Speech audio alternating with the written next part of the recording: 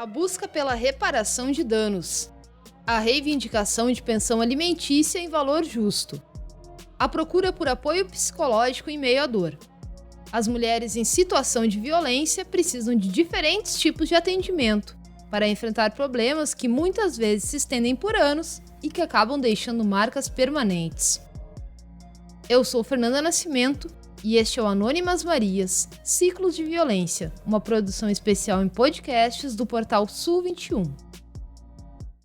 Fui na delegacia da mulher, registrei queixa, fiz corpo de delito. E aí a gente está com um processo de danos patrimoniais. Eu saio daqui mais fortalecida do que o Batman, do que a Mulher Maravilha. É muito incrível, assim, mas dura pouco, porque a agressão é muito forte. Por mais que alguém te acolha, as pessoas não podem estar contigo e te cuidar 24 horas. Um anjo entrou na minha vida. Ela me ligava, ficava horas comigo e ela sempre abriu meus olhos. Eu ficava assim, olha o que ele me mandou, mas eu provoquei, né? E ela me ligava, não, tu não provocou, tu tá lutando pelo direito do teu filho. E neste segundo episódio da série, eu vou falar sobre as políticas de enfrentamento à violência contra a mulher em um cenário de pandemia de Covid-19. E como eu te contei no episódio anterior, os nomes das mulheres que sofreram violência doméstica foram alterados para preservar as suas identidades. E as vozes da Bárbara e da Yasmin foram modificadas pelo mesmo motivo. Já a voz da Eduarda está sendo representada pela jornalista Joana Berwanger. Isso aconteceu porque na conversa que eu tive com a Eduarda, em sua residência, ela falou comigo em um tom de voz muito baixo, para que o filho não ouvisse os relatos das agressões que ela sofreu do pai dele. Quando a voz de Eduarda foi distorcida, ficou incompreensível. E por este motivo, a Joana representa a Eduarda. E a sua voz também foi alterada.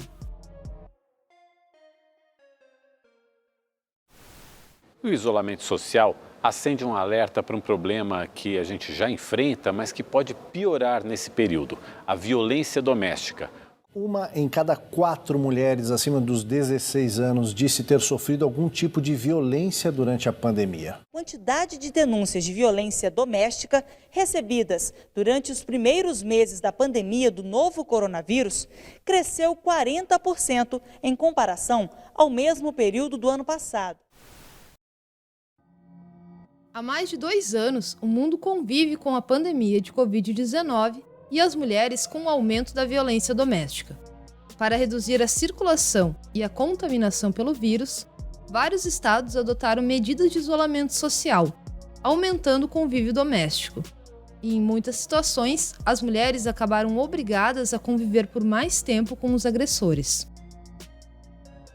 Um estudo do Data Senado demonstrou que 86% das mulheres brasileiras perceberam o aumento da violência.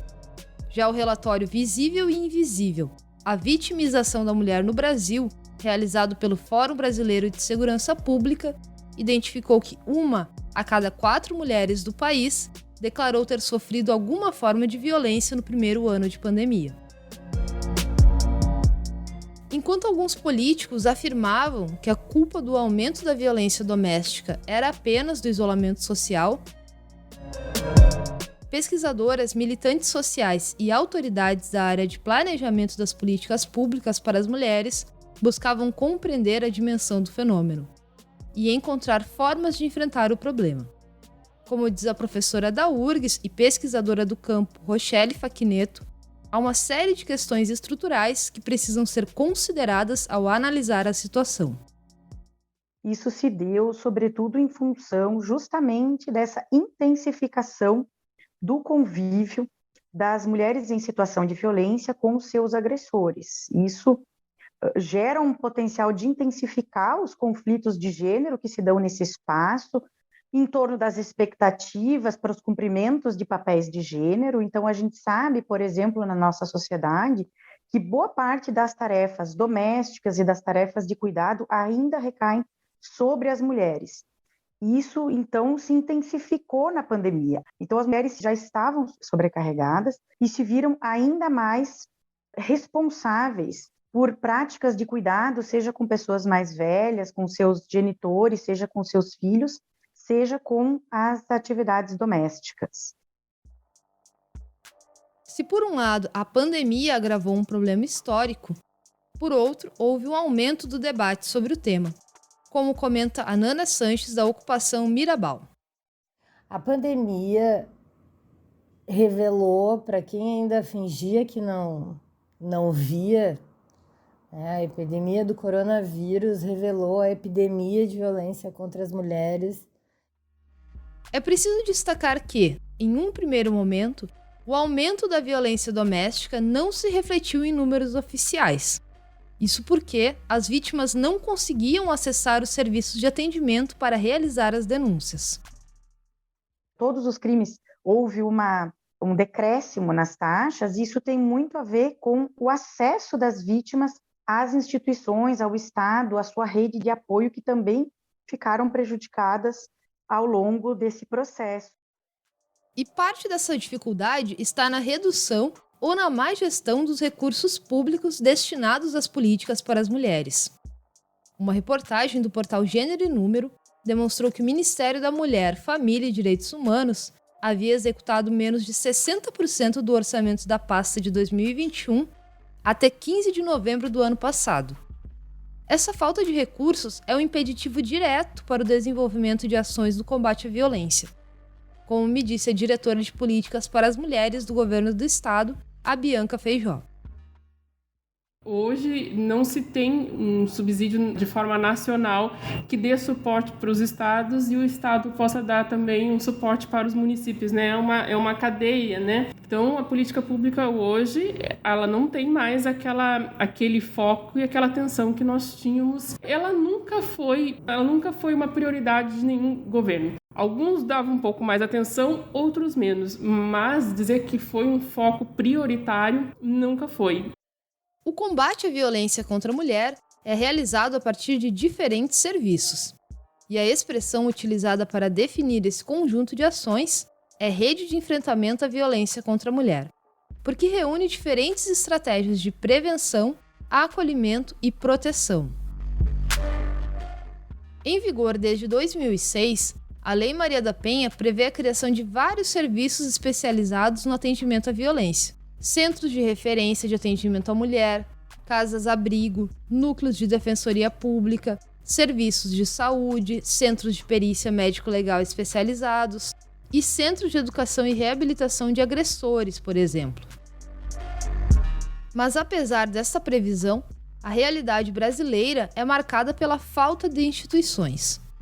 Em um momento de agravamento da violência, como é a pandemia de Covid-19, a importância de políticas de acolhimento e proteção, como as casas-abrigo, por exemplo, se tornou ainda mais imprescindível. As políticas de acolhimento, a retirada da mulher desse espaço de violência, muitas vezes é o que vai garantir a sua sobrevivência.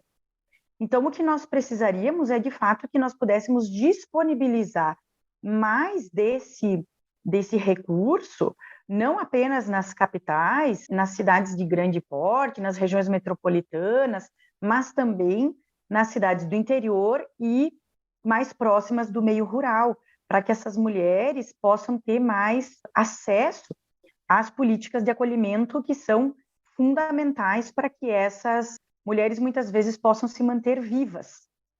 Mesmo sem recursos, a urgência do problema fez com que a Rede de Enfrentamento à Violência contra a Mulher buscasse novas soluções para o problema. Campanhas midiáticas foram criadas, canais alternativos de denúncia estruturados e houve uma mudança na forma de atendimento. A rede de acolhimento e de proteção à mulher acabou criando iniciativas como o registro do boletim online, como a máscara roxa, como o pedido de ajuda em farmácias. Na ponta do atendimento, as promotoras legais populares também precisaram adaptar sua forma de atuação. A Naura Cardoso passou a acompanhar as mulheres em situação de violência doméstica de maneira remota e continuou encarando as dificuldades de acesso aos serviços públicos. Muitas vezes a gente dá a cara a tapa. A gente liga para a brigada, a gente liga para a delegacia, a gente liga para a delegada. As mulheres, na maioria das vezes, não são ouvidas pelos órgãos, entende? Então, tendo nós como apoio, aí as coisas ficam diferentes. Eu já ouvi uma vez um policial, ele achou que eu não estava na escuta do telefone, e ele disse assim para o colega dele: ah, é uma daquelas loucas de novo. Não, é incrível a gente ser chamada de louca por estar exigindo que seja cumprido o direito de uma mulher. Para muitas vítimas, essa ausência de atendimento e acolhimento gera frustração e desesperança. Ele manda em mim mesmo não sabendo, porque parece que eu não saio do lugar, parece que eu tô parada no tempo. Nada acontece, nada nunca tem contra ele. Só eu. É muito horrível, porque ele só se dá bem e eu nunca. A minha mãe fala, uma hora vai vir, mas quando? Ele só consegue mais, cresce, consegue mais e eu aqui sempre parado. É difícil ter força. Eu já pensei várias besteiras em tirar minha vida, que ele vai fazer mal para minha mãe, pro meu pai. Minha mãe não tem paz, pensa que qualquer hora ele pode vir. E a polícia não dá em nada. Na Mirabal, manter os serviços em funcionamento foi um desafio. Os acolhimentos e abrigamentos foram mantidos, mas a maioria das atividades, como aquelas destinadas à geração de renda, precisou ser interrompida. Proteger as mulheres da violência doméstica e do contágio pelo coronavírus em uma casa com convivência de várias famílias não foi nada simples. E aí a gente encontrou muita dificuldade, porque a gente conseguia manter a mulher em isolamento, mas as crianças não, né? A criança brinca, tem dificuldade de ficar com a máscara. Adulto tem dificuldade de ficar com a máscara, né? Então imagina a criança. E se em um primeiro momento de pandemia os dados não apontaram o aumento da violência, pouco depois houve uma explosão de denúncias demonstrando o tamanho do problema. Em novembro de 2021, a Defensoria Pública do Rio Grande do Sul apresentou o relatório anual de atendimentos do órgão e alertou para o aumento de 70% dos casos envolvendo a violência doméstica no estado, na comparação com o período anterior. Na conversa com a Bianca Feijó, ela me falou que seu principal projeto é ampliar o número de centros de referência da mulher no estado. Esses espaços são locais de acolhimento e atendimento psicológico e social, e realizam também orientação e encaminhamento jurídico. No Rio Grande do Sul, existem 25 centros de referência. A Bianca me relatou que a dificuldade para a criação dos espaços não está apenas na falta de recursos, mas também na ausência de comprometimento dos gestores com esse tema.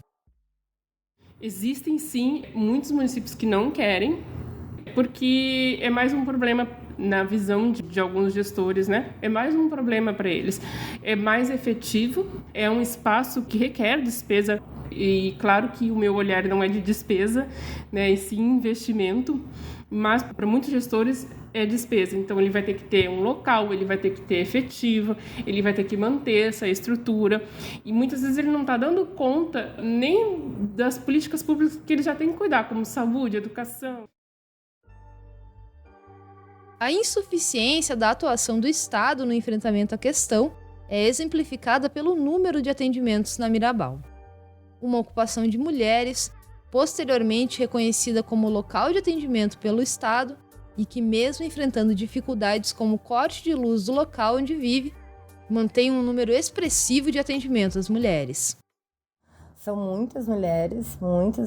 Se contar junto com as fichas das crianças, são milhares de pessoas, né?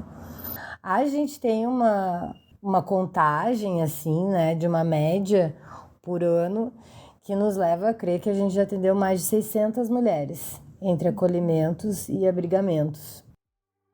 Mas e qual é a melhor forma de enfrentar a violência doméstica? E quais os outros sujeitos invisíveis nesse debate? No próximo episódio da série de podcasts Anônimas Marias, Ciclos de Violência.